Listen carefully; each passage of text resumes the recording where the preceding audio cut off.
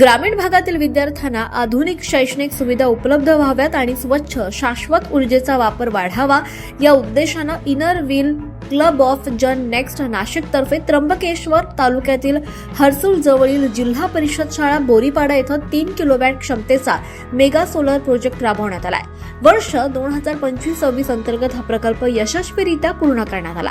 या प्रकल्पाअंतर्गत शाळेत 6 सोलार पॅनल, प्रत्येकी 1 किलोवॅटचे 3 इन्व्हर्टर, संपूर्ण स्ट्रक्चर, वायरिंग आणि इन्स्टॉलेशनची सुविधा उपलब्ध करून देण्यात आली आहे। सुमारे 1,13,913 खर्चाच्या या प्रकल्पाचा लाभ 250हून अधिक विद्यार्थ्यांना होणार आहे। आता शाळेतील स्मार्ट टीव्ही, प्रोजेक्टर, पंखे आणि दिवे सौर ऊर्जेवर सुरळीत चालणार असल्याने विद्यार्थ्यांना अधिक आधुनिक आणि दर्जेदार शैक्षणिक वातावरण मिळणार आहे।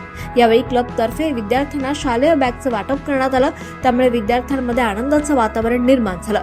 शिक्षणासाठी त्यांना प्रोत्साहन मिळालं। कार्यक्रमात बोलताना क्लबचे अध्यक्ष रमा वर्मा म्हणाल्या, हा सोलार प्रोजेक्ट केवळ एक सुविधा नसून विद्यार्थ्यांच्या उज्ज्वल भविष्यासाठी आशेचा प्रकाश आहे। एकत्रितपणे काम केल्यास समाजात सकारात्मक बदल घडवता येतो आणि आजचा हा उपक्रम त्याचंच एक उत्तम उदाहरण आहे। या प्रकल्पासाठी रोटरियन RK वर्मा यांचं मोलाचं मार्गदर्शन आणि सहकार्य लाभलं। तसंच Saur youth renewables and infra project LLPचे CEO युगेंद्र तुपे यांचा ग्रामीण विकास, सौर ऊर्जा जनजागृती, पर्यावरण संवर्धन आणि गरजू विद्यार्थ्यांच्या शिक्षणासाठी दिलेल्या सहकार्याबद्दल विशेष आभार मानण्यात आले। त्यांच्या योगदानामुळे ग्रामीण भागातील विद्यार्थ्यांना आधुनिक सुविधा उपलब्ध होण्यासाठी मोठी मदत मिळाल्याचं यावेळी नमूद केलं। कार्यक्रमादरम्यान पारंपरिक आदिवासी नृत्य तसंच सामुदायिक भोजनाचं आयोजन करण्यात आलं होतं, त्यामुळे संपूर्ण परिसर सांस्कृतिक उत्साहाने भारावून गेला।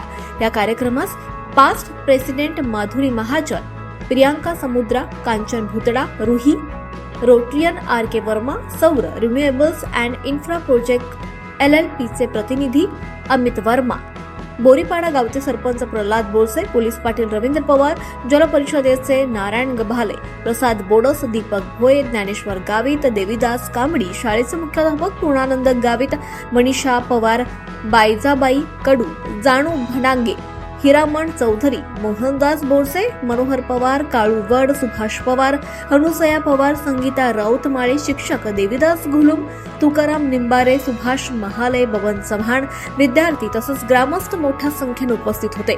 सौर ऊर्जेकडे टाकलेलं छोटंसं पाऊल आता भविष्यात मोठा बदल घडवू शकतंय। हा संदेश देणारा हा उपक्रम ग्रामीण विकास आणि पर्यावरण संवर्धनासाठी प्रेरणादायी ठरतोय। 24 लाईव्ह महाराष्ट्र न्यूजसाठी शंकर निंबारे, त्र्यंबकेश्वर।